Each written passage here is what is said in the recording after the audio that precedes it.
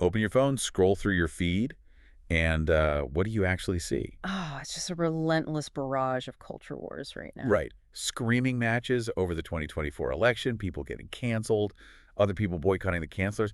I mean, it feels like pure, unadulterated chaos. It really does. But, think about a time-lapse video of a house being built. Oh, like those videos where the whole process is compressed into like 30 seconds? Exactly. When you watch that, it looks incredibly smooth.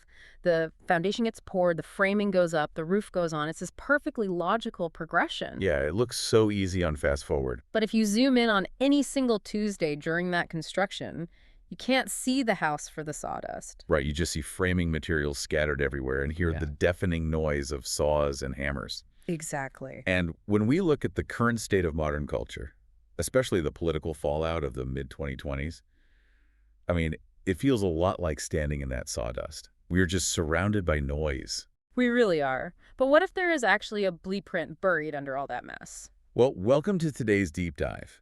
Our mission today is to step out of the daily doom scrolling and look at the cultural chaos of our time through a totally different, incredibly high-level lens. It's a fascinating lens, too. Yeah.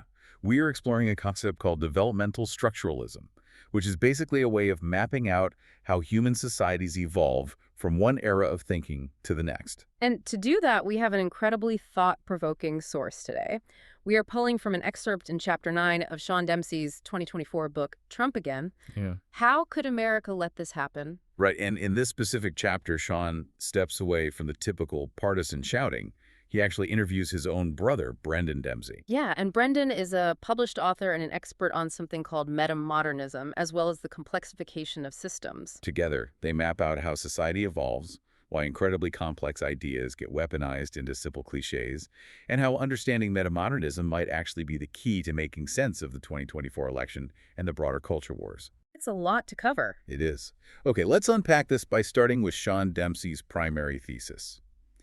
He argues that the modern phenomenon we call wokeism is deeply rooted in the deconstructive postmodern era. Which, of course, requires us to define what postmodernism actually was before it just became a political buzzword. Wait, before we even do that, let me pause and be very clear with you, the listener. Good call. Yeah, today's deep dive is strictly reporting on the Dempsey brothers' frameworks and their specific definitions regarding culture and politics. We are not taking sides here. Not at all. We are not endorsing any right-wing or left-wing viewpoints.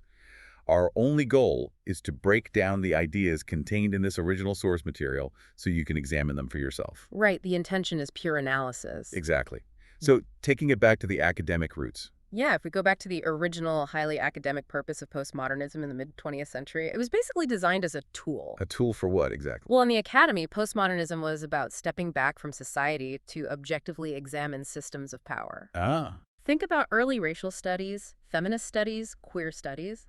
The goal was to look at how society socializes us and who gets marginalized in the process. which totally makes sense. I mean, you need a tool to challenge power hierarchies that lead to prejudice or oppression. Right, Yeah. exactly. In its pure form, sitting in a graduate seminar, it sounds like a totally necessary intellectual exercise. It was.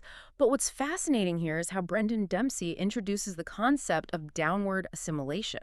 Downward assimilation. Yeah, because those postmodern frameworks were built for high-level academic discourse. They require a massive amount of historical context. You really have to possess the intellectual maturity to hold multiple, often competing truths in your head at the exact same time. Right. But Brendan asks, what happens when those incredibly dense sociological tools leave the graduate seminar? Well, I would assume they hit the mainstream and just lose some fidelity, right? Right. Like, is this essentially a massive societal game of telephone? That is a very apt way to look at it, actually. Like, you whisper a highly nuanced academic critique into someone's ear, and by the time it gets passed down a line of 1 million people on social media, it's completely mangled. Yeah, exactly. Brendan explains that these theories get watered down and fed into the broader educational system. Specifically, they are handed to 18-year-old college students. Oh, wow. And developmentally speaking, I mean, most 18-year-olds are simply not prepared to handle that level of sociological complexity. So the nuance just gets completely stripped away. The complex academic critique goes into one end of the cultural machine, Yeah. but by the time it reaches the general public, all the vital nuance is lost. Exactly. We are just left with these pathological, destructive, and oversimplified rules. Yeah, when these ideas are downwardly assimilated, they devolve into rigid cliches. The framework loses its complexity and becomes completely reductionist. And Sean argues in the book that this leads to unintended consequences. The cultural pendulum swings so wildly that basic realities are just caught in the crossfire. Give me a tangible example from the book. How does Sean illustrate this telephone game in the real world? Well, Sean uses Martin Luther King Jr.'s famous dream as his baseline here. Okay, the content of their character quote. Exactly. MLK hoped that people would be judged by the content of their character rather than the color of their skin. Right.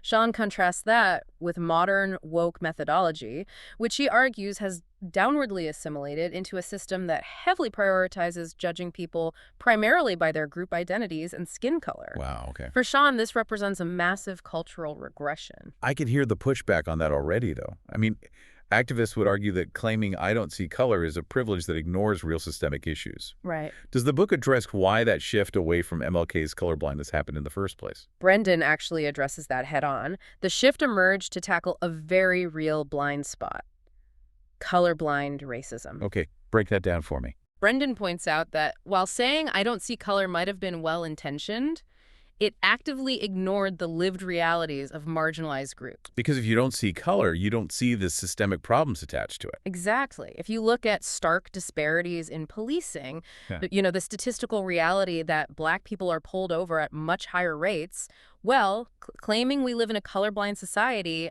actively hurts those communities. It pretends a sociological factor doesn't exist when the data absolutely proves it does. Right. Oh, and Brendan brings up Stephen Colbert in this section, too. Oh, he does? That's funny. Yeah, he mentions how Colbert used to satirize colorblindness on the Colbert Report. Oh, I remember that. Yeah, Colbert would play this hyper-conservative character and say things like, I don't see race. People tell me I'm white because I listen to a lot of Jimmy Buffett. That's hilarious. It was a brilliant comedic way to show how absurd it was to pretend race wasn't a factor in American society. Okay, well, here's where it gets really interesting, because Sean and Brendan synthesize this beautifully. They do. Brendan says the original postmodern critique was entirely valid. It was necessary to say, hey, we need to pay attention to race as a sociological factor. Right, that was the original message whispered into the telephone game. But then the downward assimilation happened. Exactly. The complexity required to hold both truths. The aspiration to judge by character and the acknowledgement of systemic realities. Right, holding both of those was completely lost in translation. Because the 18-year-olds couldn't hold both truths. Basically, yeah. So it devolved into an absurd, weaponized binary. Brendan describes how it trickled down into this oversimplified notion where, like, all white people are evil and all non-white people are the good guys. It turns into a diagnosis that entirely lacks the necessary complexity to actually solve the problems it claims to care about. Right. And suddenly, just quoting Martin Luther King Jr. is deemed a form of racism by the extremes of this ideology. When you lose the historical and sociological context of why a critique was formed, you just have a hammer. And, when you hand a hammer to an angry teenager, everything starts looking like a nail. So true. So if we are currently stuck in this diluted state, this downwardly assimilated wokeism that is just hammering everything in sight, how does a culture actually move forward? Do we just stay in the sawdust forever? To answer that, Brendan outlines the historical pattern of human development. Society moves in epochs. Okay, epochs. We transition from the pre-modern era to the modern era and then to the postmodern era. Got it. The defining characteristic of shifting from one epoch to the next is that the new era eventually steps back to critique the last one. Oh, so they realize they're in a new chapter and they objectify the old one? Exactly. Look at the Renaissance. When humanity was moving out of the pre-modern era into the modern era, thinkers like Petrarch looked back and literally coined the term Dark Ages to describe what came before. Right, they had a distinct self-reflective awareness that they were doing something new. Yes. And the postmodern era did the exact same thing to modernity. It stepped back, made modernity the object of analysis, and critiqued its rigid structures and grand narratives. And the text argues we are currently in exactly that kind of transition phase right now, right? We are. Just as prominent intellectuals like Jordan Peterson made postmodernism a household critique a few years ago, wokeness is now being universally objectified. Yeah. We're no longer just blindly swimming in the water of this ideology. Society is stepping back, analyzing it, and critiquing it from the outside. Which is the absolute prerequisite for outgrowing it. I mean, you can't outgrow something until you can see it objectively. Outgrowing it is the perfect phrase, actually, because Sean Dempsey introduces this brilliant biological analogy in the book. Oh yeah, the growing up analogy. Yeah, he argues the human culture is quite literally growing up. He compares the pre-modern era to infancy. Modernity was the toddler phase, Yeah. learning to walk, exploring boundaries, building strict rules. And postmodernism, along with its assimilated wokeism, is cultural puberty. And puberty is a chaotic time. It really is. It is violent, clashing, hyper-reactive, and sometimes deeply regressive. Anyone who has been a teenager knows exactly what that feels like. Yeah. You're tearing down your parents' rules, but you don't actually know how to pay a mortgage yet. Right. You are all critique and no construction. If we connect this to the bigger picture, that brings us to the core concept of metamodernism. Yes. Because if postmodernism is cultural puberty, metamodernism is young adulthood. Brendan talks about discovering this term back in 2013, actually. He was reading thinkers who were trying to articulate what comes after postmodernism's endless deconstruction. Because postmodernism is so defined by cynicism and a loss of meaning, right? Exactly. But metamodernism builds something new. What does that actually look like in practice? Because terms like informed naivete and ironic sincerity get thrown around in the text. And to be honest, ironic sincerity sounds like a complete oxymoron. It does sound like a contradiction, but think of it like this. Postmodernism looks at a democratic election, sees all the dark money, the corruption, and the flaws, and cynically declares the whole system is a rigged power grab. It tears the system down. Okay. Metamodernism, or this young adult phase, looks at that exact same flawed system, acknowledges all the dark money and corruption, but decides to organize a local town hall and vote anyway because they genuinely care about their community. Ah, I see. They have the informed, cynical data of the postmodernist, but the sincere, naive hope of the modernist. Precisely. That is informed naivete. It allows for a return of myth and grand narratives, but with the self-awareness of the postmodern critique. It's fundamentally about synthesis rather than deconstruction. Right. It's the young adult who understands the world is deeply flawed, but decides to integrate different perspectives and build a meaningful life anyway, rather than just pointing out the flaws and destroying things. Which feels incredibly hopeful, honestly. But let's bring this down from the philosophical clouds. As a listener, you might be asking, where is the proof that we are actually shifting into this metamodern young adulthood? Yeah, where is the real-world evidence? Exactly. How does this tie directly to the specific political events discussed in Sean's 2024 book? Well, Brendan is quite firm in his belief that the woke wave has already crested. He looks at real-world data and believes society is already pushing past that puberty phase. The book points to the corporate world as evidence, noting how massive entities like Walmart and other large corporations are quietly removing or heavily cutting their legacy DEI, diversity, equity, and inclusion programs. Yes. There is a tangible stepping back from those hyper-rigid ideological commitments in the business sector. And we see an even more volatile reaction in the political sphere. So what does this all mean regarding the 2024 election? Well, Sean brings up the transgender movement, calling it the poster child of wokeism. Okay, why does he call it that? He argues that it represents a space where downward assimilation has completely destroyed nuance.